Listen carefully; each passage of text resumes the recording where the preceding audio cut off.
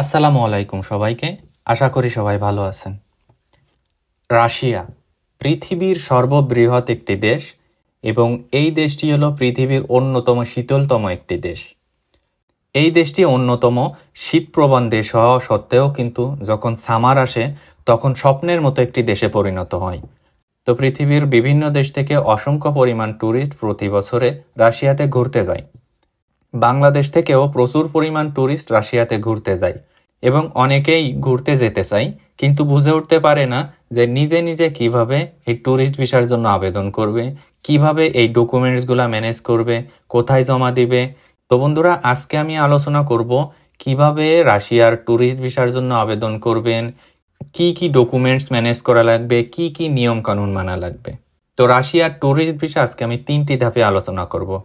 তো আলোচনার প্রথমে আপনাদের একটা কথা বলে রাখি, আমি যে ইনফরমেশনগুলো আপনাদের আজকে প্রদান করব সকল ইনফরমেশন কিন্তু রাশিয়ান যে এম্বাসি আছে সেই এম্বাসির ওয়েবসাইট থেকে আমি সংগ্রহ করেছি। বাংলাদেশ থেকে রাশিয়ার ট্যুরিস্ট ভিসার জন্য আবেদন করতে হলে কিছু নিয়ম কানুন ফলো করা লাগে এবং অত্যাবশ্যকীয় এই নিয়ম কানুনের প্রথমেই আছে, আপনারা যখন ভিসা অ্যাপ্লাই করবেন তখন আপনাদের অবশ্যই একটি ভিসা ইন্টারভিউ ফেস করা লাগবে।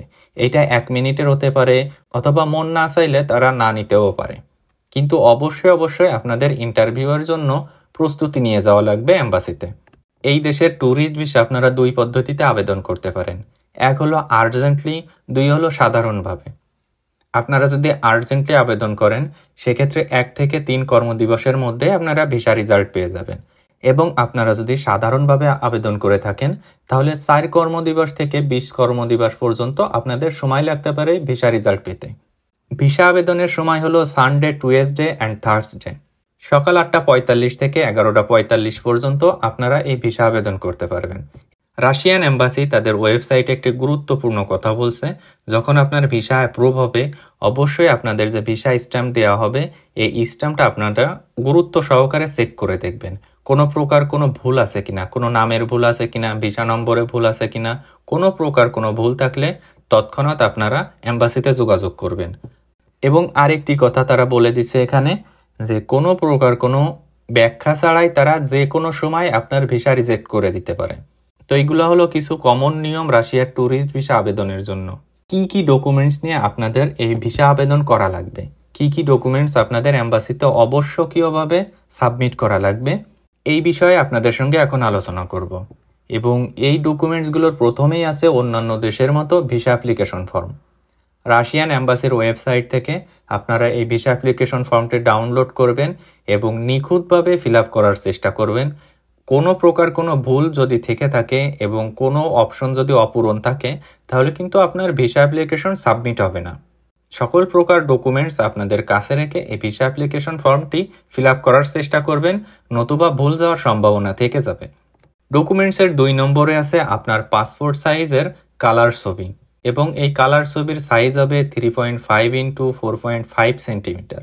এখানে একটি গুরুত্বপূর্ণ গাইডলাইন দিছে এই ছবির ক্ষেত্রে, তা হলো ভিসা অ্যাপ্লিকেশন ফর্মে আপনার যে ছবিটি আপনারা লাগাবেন সেটা অবশ্যই সুপারগুলো আঠা দিয়ে লাগানো লাগবে, কোনো প্রকার কোনো পিন আপ করা যাবে না। 3 নম্বরের ডকুমেন্টসটি খুবই গুরুত্বপূর্ণ এবং খুবই আনকমন একটি ডকুমেন্টস। সেই ডকুমেন্টসটি হলো ট্যুরিস্ট ভাউচার। রাশিয়ান অথরিটি কর্তৃক বাংলাদেশে রাশিয়ার ট্যুরিস্ট ভিসা আবেদনের জন্য যে সকল এজেন্সি আছে সে সকল এজেন্সি কর্তৃক এই ডকুমেন্টসটি আপনাদের সংগ্রহ করা লাগবে। 4 নম্বরে যে ডকুমেন্টসটি সেটা হলো আপনার পাসপোর্ট এবং পাসপোর্টের একটি কপি। পাসপোর্টের মেয়াদ মিনিমাম 6 মাস থাকা লাগবে রাশিয়ার ট্যুরিস্ট ভিসার জন্য। আপনারা অরিজিনাল পাসপোর্ট জমা দিচ্ছেন বলে পাসপোর্টের কপি নেবেন না, এমন ভুল কখনোই করবেন না। পাসপোর্টের পরে আছে হোটেল অ্যাকোমোডেশন রিজার্ভেশন পেপার। রাশিয়ায় যে আপনারা যেখানে অবস্থান করবেন সেখানকার একটি হোটেল রিজার্ভেশন পেপার লাগবে, এবং অবশ্যই সেই হোটেলের যে পেমেন্ট রিসিপ্ট আছে সেই পেমেন্ট রিসিপ্টটা এম্বাসিতে সাবমিট করা লাগবে। এবং এখানে খুব সুন্দরভাবে উল্লেখ করে দিছে আপনারা কবে রাশিয়াতে প্রবেশ করবেন এবং কবে রাশিয়া থেকে ব্যাক করবেন, উভয়েরই ফ্লাইট টিকিট লাগবে। শুধুমাত্র রাশিয়ায় প্রবেশ করবেন এই ফ্লাইট টিকিট থাকলেই হবে না। যে ডকুমেন্টসগুলোর কথা আপনাদের সঙ্গে বললাম এই ডকুমেন্টসগুলো হলো অত্যাবশ্যকীয়। এখন যে ডকুমেন্টসগুলোর কথা বলবো সেই ডকুমেন্টসগুলো অবশ্য অত্যাবশ্যকীয় না, কিন্তু আপনাদের সঙ্গে রাখতে হবেই। কেননা প্রয়োজনের ক্ষেত্রে এনি টাইম এই ডকুমেন্টসগুলা এম্বাসি কর্তৃক চাইতে পারে। তার ভিতর অন্যতম যে ডকুমেন্ট সেটা হলো ব্যাংক স্টেটমেন্ট।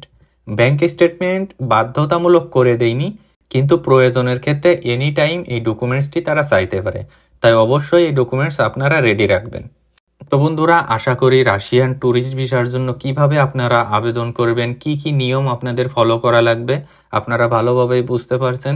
আজকের ভিডিওটি এ পর্যন্তই শেষ করছি। ভালো থাকবেন বন্ধুরা।